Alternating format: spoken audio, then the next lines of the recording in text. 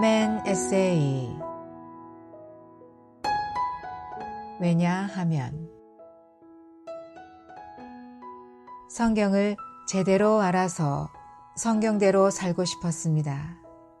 그 후 주님의 긍휼로 하나님의 경륜을 알게 된 것이 큰 틀에서 성경을 이해하는 데 많은 도움이 되었습니다. 최근에는 읽은 성경 본문을 바로 이해하려고 애쓰고 있습니다. 사실 성경은 어려운 난수표와 같은 책이 아닙니다.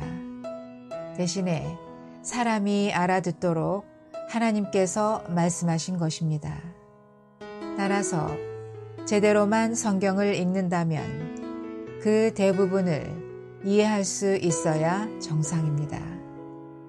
그런데 최근에 두 가지가 바른 성경 이해에 다소 걸림돌이 되는 것을 경험했습니다.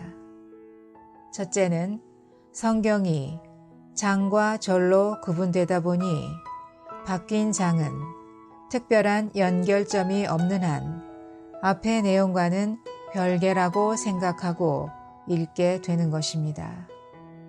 그런데 조사해 보니 성경의 장과 절은 16세기에 스테파누스가 인쇄한 성경부터 있게 되었습니다.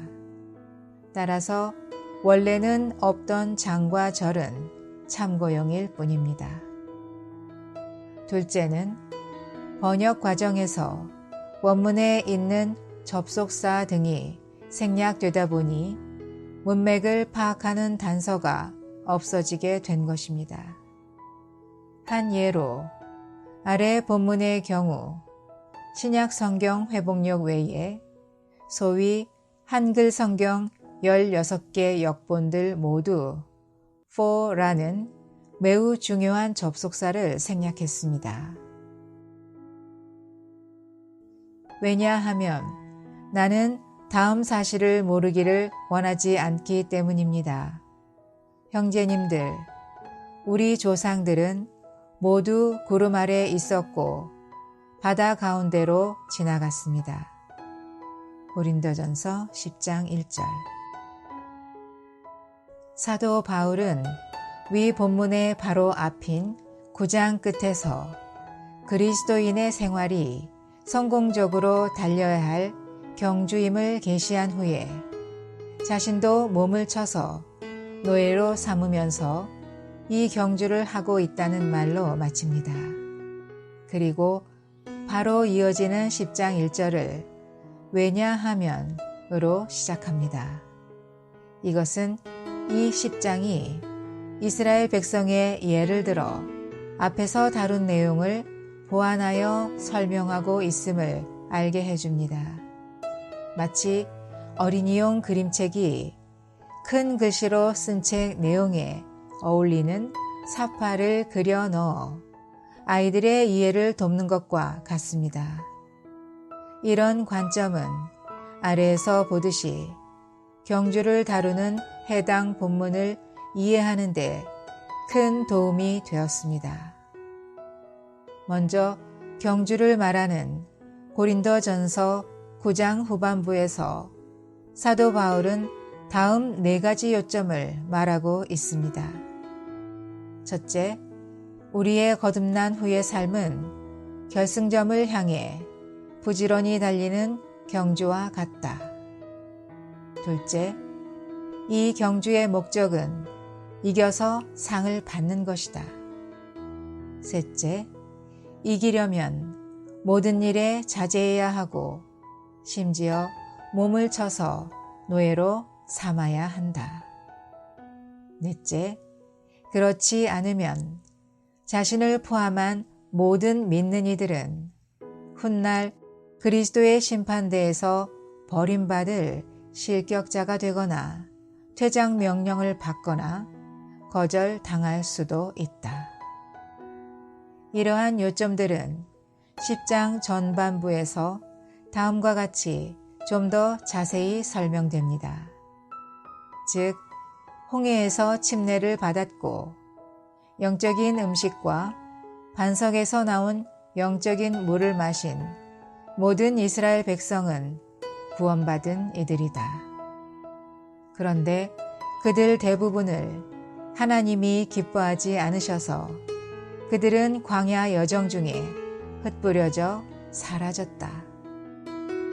오늘날 우리도 이렇게 되지 않도록 우상 숭배하지 말고 음행을 저지르지 말고 그리스도를 시험하지 말고 불평하지 말고 서 있다고 생각하는 사람은 넘어지지 않도록 조심해야 한다고 바울은 경고합니다.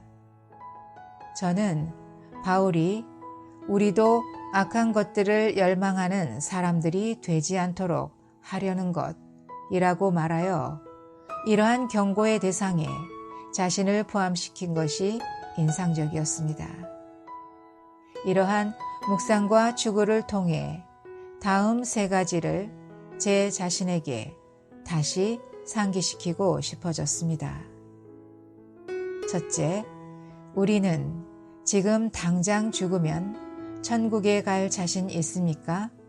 라는 질문을 접할 때가 있는데 대부분은 여기서의 천국을 거지 나사로가 죽어서 간 낙원, 즉 아브라함의 품으로 생각합니다. 그러나 이 낙원은 부활 때까지 머무는 임시 거처일 뿐이고 영원히 살 곳이 아닙니다.